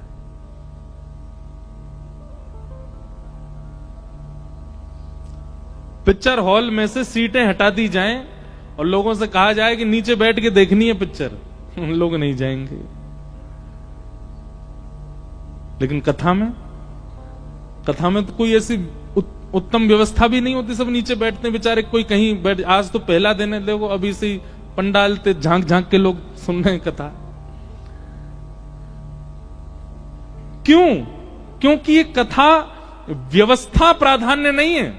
यहां पर तन की व्यवस्था प्रमुख नहीं होती है, यहां पर तन की प्रमुखता है ही नहीं, यहां पर चित्त की प्रमुखता है। और चित्त को यहां सुख नहीं मिलता, आनंद मिलता। वही आनंद श्री कृष्ण है। तो सत्य, चैतन्य और आनंद, ये तीन रूप हैं। तीनों का दर्शन हर दिन व्यक्ति को प्रयास करना चाहिए कि तीनों का दर्शन हो। सत्य मतलब भागवत जी का दर्शन, भागवत जी का पठन। चैतन्य मतलब भगवत जनों का दर्शन। और आनंद मतलब सत्संग का श्रवण, कीर्तन का श्रवण, और उसमें मदमस्त होकर के दोनों भुजा उठा करके नृत्य करना। ये यहां नृत्य करने का मतलब वो संसारी नृत्य नहीं है ये। और एक और बात हम आपसे निवेदन कर दें पहले दिन ही, देखा देखी नृत्य करना भी नहीं है। वो नाच रही हैं, वो नाच रहे हैं, भैया हम भी नाच लें, नहीं। नृत्य कब करना चाहिए? जब तन आपके वश में ही ना रहे, जब धुन सुनकर के, जब नाम सुनकर के, जब संकीर्तन सुनकर के स्थिति ऐसी हो जाए कि अब आपसे रुका नहीं जा रहा है, अब तन की स्थिति परे हो चुकी है। कीर्तन, जहां तन अपनी कीर्ति से ऊपर उठ जाता, उसी को कीर्तन कहते हैं। और तब आपका नृत्य हो, उर्दबाहु होकर के आप नृत्य, वो नृत्य कहलाता है। यहां कोई ठुमका थोड़ी मारने कथा में, मारना भी नहीं, पाप लगेगा। नृत्य करना है, वो भी कब करना है? जब तक आपका मन बुद्धि चित्त बिल्कुल खो ना जाए उसमें, तब तक नृत्य नहीं करना चाहिए। और उसके बाद जब आप नृत्य करोगे ना, आप अपने वश में नहीं रहोगे, अपने आपे से ऊपर निकल जाओगे। ठाकुर जी कहते हैं वाग गदगदा द्रवते यस्य चित्तम रुदत्य भिक्षणम हसति क्वचिच्च विलज्ज उद्गायत नृत्यते च मदभक्ति युक्तो भुवनम पुनः। मैं एक प्रसंग सुनाता हूं। मीराबाई नृत्य करती थी, पर मीराबाई का नृत्य कई लोगों को लगता था नाचने वाली आ गई है। कई लोग इस बात से नाराज भी रहते थे, ये नाचती हैं जहां जाए, जहां पहुंच जाए वहीं नाचती, पर जहां जाए वहीं नाचती नहीं थी मीराबाई। ठाकुर जी का रूप देख करके मीराबाई की स्थिति जब अपने आपे से बाहर हो जाती थी, जब अपने वश में उनका तन नहीं रहता था, तो नृत्य होता था उनसे। एक बार मीराबाई नृत्य कर रही थी, सब लोग दूर दूर हो गए थोड़े। कुछ लोगों को तो प्रेम समझ में आता था मीराबाई का, पर कुछ लोगों को नहीं आता था, दूर दूर हो गए। ये देखो जहां चाहती वहीं नाचने लग जाती, ऐसा बोलने लगे लोग। पर तभी क्या हुआ, मंदिर में श्रीनाथ जी के सन्मुख सेवा कर रहे गुसाई जी ने जैसे ही मीराबाई को देखा नृत्य करते हुए, और उसके बाद जब ठाकुर जी को देखा, देख करके इतने प्रसन्न हो गए कि तुरंत ठाकुर जी की माला जी लेकर के गए और बाहर अपरस अवस्था में ही दूर से किसी सेवक को बुलाया, बोले माला पहना दो मीराबाई को। ठाकुर जी की गले की माला उतार के पहना दी मीराबाई को। अब ये दृश्य देख करके वहां खड़े लोग सब सोचने लगे, इतने बड़े बड़े महर्षि आते हैं, इतने बड़े बड़े जापक आते हैं, इतने बड़े बड़े भक्त आते हैं, उनको तो माला पहनाते नहीं। वो नाचने वाली आ गई, उसको देखो कैसे माला पहना दिया। गुसाई जी बोले, बहुत ध्यान से सुनना। गुसाई जी क्या कहते हैं, गुसाई जी कह रहे हैं तुमको नृत्य दिखाई दे रहा था, पर मैंने उस समय जो अनुभव किया वो मैं बताऊं। बोले मीरा जब नृत्य कर रही थी ना ठाकुर जी के आगे, उस समय मैंने मीरा को देखा, और मीरा को देखने के बाद जब मैंने ठाकुर जी को देखा तो प्रसन्न मुद्रा में ठाकुर जी के दांत दिखाई दे रहे थे। इतने प्रसन्न हो रहे थे, ठाकुर जी के गाल ऐसे गोल गोल हो गए थे, नेत्र जो सदा नीचे रहते हैं वो ऊपर की ओर मीरा को देखने लगे थे। ठाकुर जी की भुजाएं सीधी सी हो गई थी। एक क्षण के लिए ठाकुर जी इतने आनंद में आ गए थे। इसका मतलब है कि मीरा नृत्य नहीं करती है, मीरा नाचती नहीं है, मीरा को ठाकुर नचाता है। वो अपनी तन की स्थिति से जब परे हो जाती है तब नृत्य प्रकट होता है। और भैया दुनिया का नृत्य तो जनों को प्रसन्न करता होगा, पर जिसका नृत्य ठाकुर को प्रसन्न करे उसको तो ठाकुर जी की माला क्या, ठाकुर जी को ही प्रदान कर देना चाहिए। तन की स्थिति जब आनंद में होती है तो व्यक्ति सुख का चिंतन नहीं करता। मैं निवेदन कर रहा था जब महाराज जी आ रहे थे, उस समय क्या बात निवेदन कर रहा था, 3 घंटा एक आसन में बैठना, 4 घंटा एक आसन में बैठना, ना हिलना ना डुलना, ना पांव सीधे करना। हूं तो मैं भी मानवी हूं, तो है तो आप भी मानवी, पर ये क्यों हो जाता है? 4 घंटे तक हमको इस स्थिति का पता क्यों नहीं चलता है? हम एक ही आसन में बैठे रह जाते हैं, क्योंकि ये सुख नहीं है, ये आनंद है। सुख में अपनी तन की सुध होती है, पर आनंद में सुख के तन की सुध नहीं होती। यह भी स्थिति आएगी एक दिन कथा में। आज पहला दिन है, हो सकता आज भी किसी को हो रही हो, पर एक दिन ऐसा भी आएगा कि आप यह भी विस्मृत हो जाओगे कि हम सागर में बैठे हैं, ये सागर हमारा घर है। यहां पर एक दिन ऐसी भी स्थिति बनेगी कि आप स्वनाम भी भूल सकते हो। मेरा नाम क्या है ये सोचना पड़ेगा आपको। सत्संग उस आनंद की सरोवर में डुबकी लगा देता है कि आप यह तक भूल जाओगे कि आप कौन हैं। इसको आप सुख नहीं कह सकते, इसको आप आनंद कहोगे, और यही आनंद श्री कृष्ण है। यही आनंद श्री कृष्ण है। सत्य, चैतन्य और आनंद, सच्चिदानंद रूपाय। विश्वोत्पत्त्यादि हेतवे, विश्व की उत्पत्ति पालन और संहार जो करते हैं। तापत्रय विनाशाय श्री कृष्णाय वयं नमः। विश्व की उत्पत्ति पालन संहार जो करते हैं, विश्व के समस्त तापों को नाश करने की क्षमता जिनमें है, ऐसे प्रभु श्री कृष्ण को हम बारंबार नमन करते हैं। एक बात याद रखिएगा बंधुओं,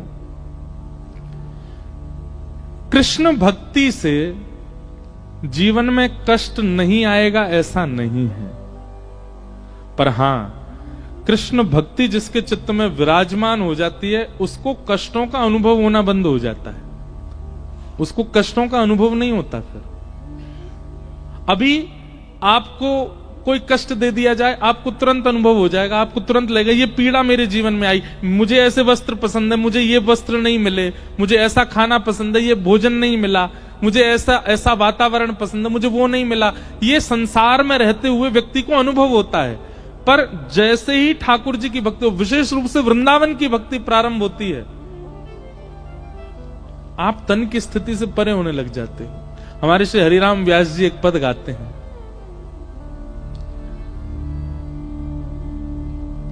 वृंदावन साचो धन भैया, वृंदावन साचो धन भैया, वृंदावन साचो धन भैया, ओ वृंदावन साचो श्री वृंदावन साचो धन भैया, श्री वृंदावन साचो कनक कूट कोटिक लग तजिए, कनक कूट कोटिक लग तजिए, कनक कूट कोटिक लग तजिए, कनक कूट कोटिक लग तजिए, भजिए कुंवर कन्हैया,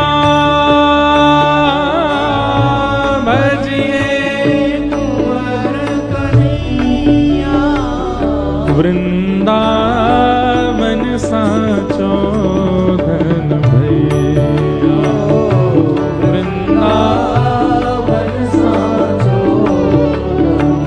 हरिराम व्यास जी कहते हैं, कनक कूट कोटिक लग तजिए, भजिए कुंवर कन्हैया। हमारे वृंदावन को भजने वाले एक बात सावधानी से सुन लीजिएगा, अति की मात्रा में जब तक त्याग नहीं आएगा चित्त में, तब तक वृंदावन भज नहीं पाओगे आप। अति की मात्रा में, छोटे मोटे त्याग नहीं, अति की मात्रा में। और यदि आप कुछ त्यागे बिना वृंदावन को भज रहे हो, तो फिर वो दिन दूर नहीं कि वृंदावन सब अपने आप छुड़वा देगा, सब त्याग करवा देगा। या तो त्याग करके वृंदावन भजना पड़ेगा, लेकिन वृंदावन भजने लग जाओ तो वृंदावन त्याग करवा देगा स्वयं ही। ऐसा हो ही नहीं सकता कि सब कुछ है और वृंदावन भी है, नहीं। प्रेम गली अति सांकरी, तामे दो न समाये, एक ही रहेगा, या तो सब रहेंगे या वृंदावन रहेगा। कनक कूट कोटिक लग तजिए, भजिए कुंवर कन्हैया।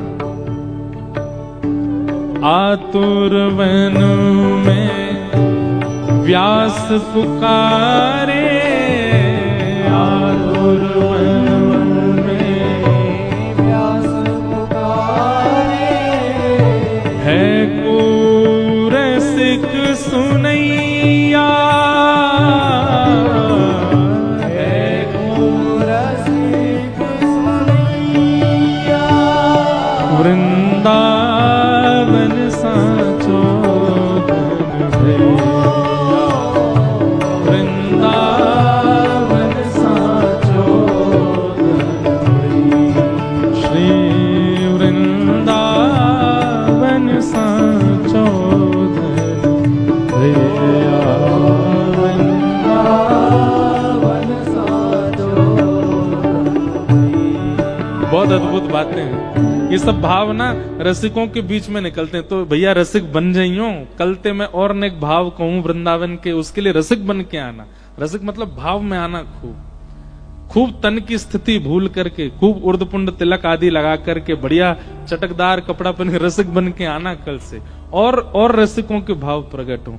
हरिराम व्यास जी इसी पद में कहते हैं, जहां श्री राधा चरण रेणु की कमला लेत भलैया। क्या कह रहे हैं? वृंदावन कैसा है?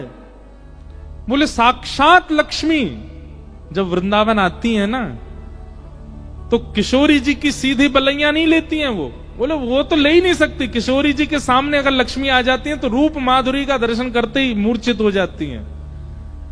किशोरी जी जब उठ के चली जाती हैं तब मूर्छा दूर होती है लक्ष्मी की, तो लक्ष्मी उठ करके जाती हैं। और किशोरी जी जिस मार्ग से गई हैं वहां किशोरी जी के जो चरण रज हैं, उस चरण चिन्ह रज की बलैया लेती हैं लक्ष्मी।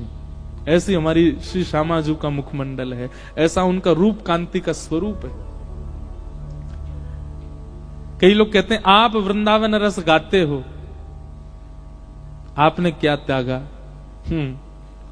सही पूछो, हम तो बड़ो त्यागी ना या वक्त कोई। अपनी मैया त्याग रखी कितने दिन आते, घर परिवार त्याग रखो, घर की रोटी त्याग रखी, अपनो कमरा त्याग रखो, अपनी गाड़ी घोड़ा सब त्याग के बाहर ही बाहर डोल रहे हैं, यहां से वहां, यहां से वहां, यहां से वहां, इतना त्याग कर रहे हैं। तभी विश्वास मानिएगा, इसीलिए वृंदावन निकलता है मुख से, इसलिए वृंदावन के भाव प्रकट होते हैं। बिना त्याग के वृंदावन नहीं आ सकता चित्त में, ये बात तो निश्चित है। हम तो शैलेन जी को भी सावधानी कर रहे हैं, भैया आपको वृंदावन ने, इनको तो पूरा ही पूरा पकड़ लियो है, आपको धीरे धीरे पकड़ रहा है। लेकिन संसार को सुनने में ऐसा लगेगा अरे देखो उसका सब छूट गया, पर जिसको वृंदावन प्राप्त हुआ होगा उससे ज्यादा आनंद में कोई नहीं है, उससे ज्यादा प्रसन्न कोई नहीं है। वो सब छोड़ने के बाद भी बहुत प्रसन्नता में रहेगा। उससे पूछा जाए कि तुम कैसे, बोले ब्रह्मा को भी इतना सुख नहीं है जितना सुख में मैं हूं, क्योंकि सब छूट गए पर श्यामा श्याम चित्त में आ गए, हमारे प्रियालाल जी चित्त में आ गए। ऐसा श्री वृंदावन धाम है। तो संसार की बहुत भावनाएं चित्त में हों तो वृंदावन से थोड़ा सावधान रहिएगा, क्योंकि वृंदावन चित्त में आ गया तो फिर और कुछ भाएगा नहीं। हमारे हरिराम व्यास जी को वापस बुलाने के लिए ओरछा में, बुंदेलखंड में मधुकर शाह जी ने खूब प्रयास किए। प्रसंग आता है महाप्रभु जी के चरित्र में भी कि महाप्रभु जी के पास गए मधुकर शाह, और श्री हितरवंश महाप्रभु जी से जाके कहा आप यदि आज्ञा कर दोगे हरिराम व्यास जी को कि जाइए वापस ओरछा, तो हरिराम व्यास जी रुकेंगे नहीं, गुरु आज्ञा मान के तो जाना ही पड़ेगा उनको। तो महाप्रभु जी ने भी मन बनाया, ठीक है हम हरिराम व्यास जी से कह देंगे कि आप ओरछा चले जाओ। अच्छा, महाप्रभु जी ने भी कहा कि भाई वृंदावन उनको प्राप्त हो गया, क्यों ले जाना चाहते हो वापस? तो मधुकर शाह जी ने कहा वे यदि वृंदावन में रहेंगे तो केवल अपना कल्याण करेंगे, लेकिन वे ओरछा चले जाएंगे तो कितने सारे जीवों का कल्याण होगा, इसलिए आप उनको कह दीजिए ओरछा चलें। तो महाप्रभु जी ने कहा भाई देखो इतने लोगों का कल्याण होगा तो हम उनको बोल देंगे। ये बात कैसे भी करके हरिराम व्यास जी को पता चल गई कि आज राधा वल्लभ जी के मैं दर्शन करवे जाऊंगा और वहां महाप्रभु जी मुझको आज्ञा कर देंगे कि तुम ओरछा चले जाओ। ये बात हरिराम व्यास जी को जैसे ही पता चली, इतना रोए, वृंदावन से लिपट लिपट के रोए, वृक्षों से लिपट लिपट के रोए। वृंदावन नहीं त्यागना चाहते। जब उनकी स्थिति को महाप्रभु श्री हितरवंश जी ने देखा, मधुकर शाह जी से कहा, बोले देखो भैया एक बात सुनो हमारी, अगर हरिराम व्यास ने वृंदावन पकड़ा होता तो हम इनको आज्ञा कर देते कि तुम वापस ओरछा चले जाओ, पर इन्होंने वृंदावन को नहीं पकड़ा, वृंदावन ने इनको पकड़ा है। अब अगर इनसे हमने कह दिया कि तुम ओरछा चले जाओ तो वृंदावन से एक पग बाहर रखते इनके प्राण चले जाएंगे। और वृंदावन तब ही पकड़ता है जब सब निकल जाए चित्त से। आप सब मत निकालो, वृंदावन वृंदावन वृंदावन भजने लग जाओ, किशोरी जी का नाम भजने लग जाओ, वृंदावन सब छुड़वा देगा अपने आप ही। लेकिन उसके बाद जिस सुख का अनुभव होगा वही आनंद है और वही श्री कृष्ण है। इसलिए भैया वृंदावन तो विलग है, वृंदावन तो अद्भुत है, उसका भाव ही अलग है। ऐसे श्री कृष्ण को हम बारंबार प्रणाम करते हैं। तापत्रय विनाशाय श्री कृष्णाय वयम नमः। महात्म्य में अनेक चर्चाएं आगे की गई हैं, हम थोड़ी सी चर्चा बस पूर्ण कर देते हैं क्योंकि आपको भी प्रस्थान करना है। आज प्रथम दिन महात्मा का बस हम पूर्ति कर देते हैं। भक्ति के दो पुत्र हैं, ज्ञान और वैराग्य। एक बात सदैव याद रखिएगा, केवल भक्ति चित्त में आ जाए और ज्ञान वैराग्य नहीं आएंगे तो भक्ति आपको प्रसन्न नहीं कर पाएगी। इसलिए ज्ञान और वैराग्य दोनों का होना आवश्यक है। अब ज्ञान और वैराग्य किसको कहते हैं? ज्ञान का मतलब बहुत पता होना नहीं होता, ज्ञान का मतलब सही निर्णय लेना होता है। कई लोगों को पता तो बहुत कुछ होता है पर निर्णय नहीं ले पाते, ऐसे लोगों को ज्ञानी नहीं कहा जाता।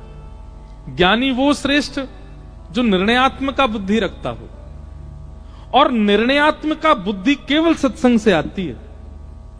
व्यक्ति नित्य सत्संग करे, कुछ नहीं 1 घंटा रोज श्रवण करे कथा का, नित्य सत्संग करे, उस व्यक्ति की निर्णयात्मक बुद्धि बहुत तीव्र हो जाएगी। और हम मंच से एक बात कहते हैं, कोई बुरा नहीं माने, सबसे ज्यादा कथा सुनने की आवश्यकता नेताओं को है, सबसे ज्यादा कथा सुनने की आवश्यकता हमारे देश के संचालनकर्ताओं को है।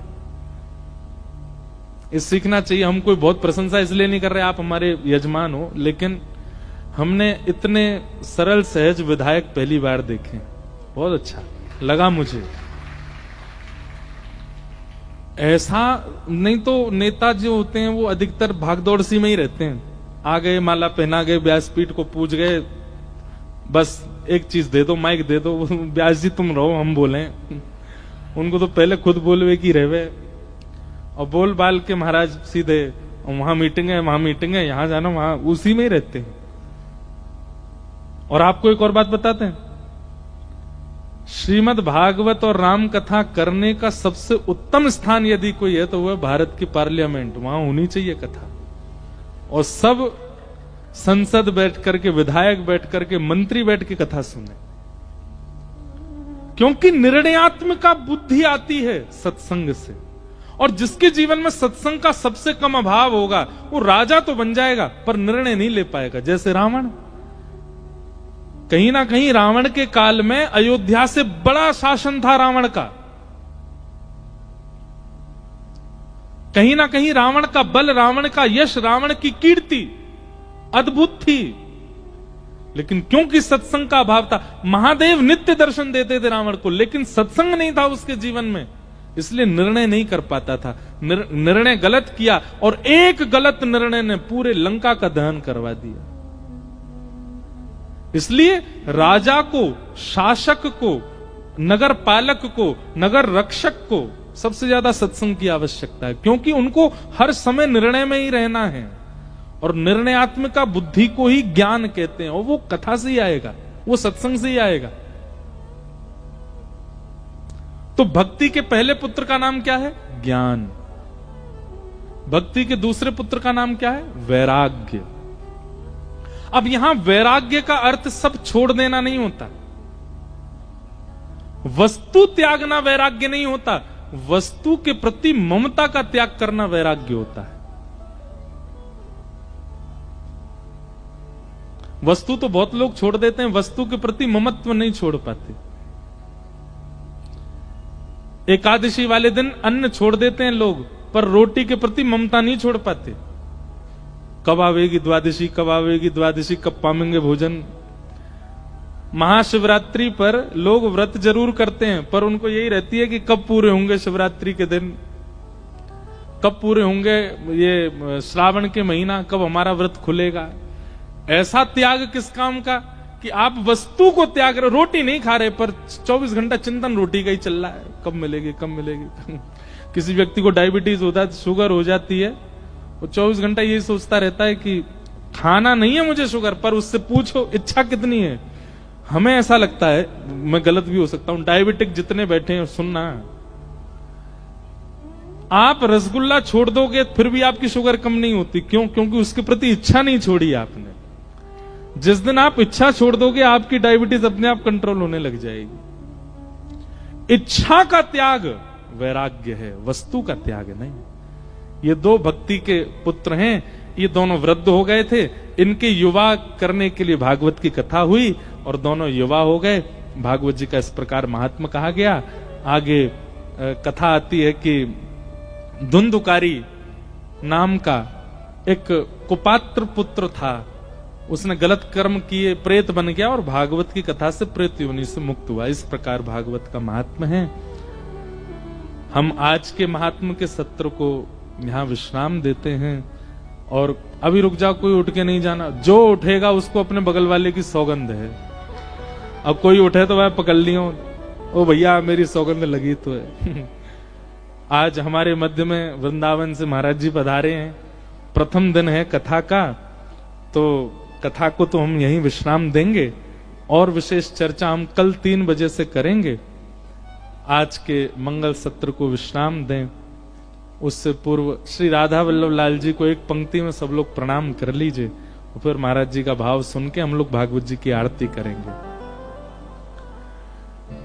श्यामा हृदय कमल सो प्रगट्यो, श्यामा हृदय कमल सो प्रगट्यो, श्री राधा हृदय कमल सो प्रगट्यो, हृदय कमल सो प्रगट्यो, श्याम हृदय तू भाई वृंदावन मेरो करताल बजा के गाओ। हे श्री वृंदावन प्यारो वृंदावन, श्यामा हृदय कमल सो प्रगट्यो, श्यामा हृदय कमल सो प्रगट्यो, और श्याम हृदय तू भाई वृंदावन मेरो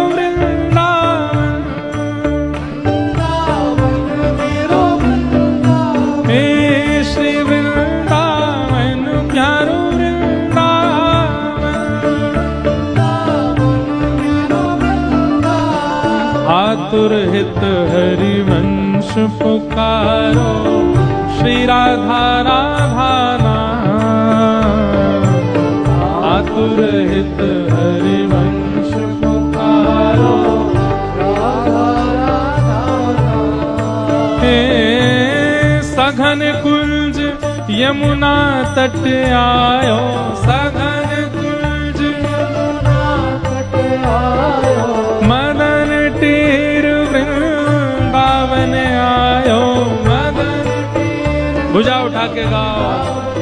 ओ प्यारो राधा वल्लभ लाल, वृंदावन प्यारो वृंदावन, वृंदावन प्यारो वृंदावन, हे श्री वृंदावन मेरो वृंदावन, वृंदावन मेरो वृंदावन, सघन कुंज यमुना तट आयो, सघन कुंज यमुना तट आयो, ओ प्यारो राधा वल्लभ लाल, वृंदावन मेरो वृंदावन, वृंदावन प्यारो वृंदावन, हे श्री वृंदावन मेरो वृंदावन, वृंदावन प्यारो वृंदावन, ओ जय जय राधा वल्लभ हित हरिवंश, जय राधा वल्लभ हित हरिवंश, ओ जय जय राधा वल्लभ प्यारो हरिवंश, जय राधा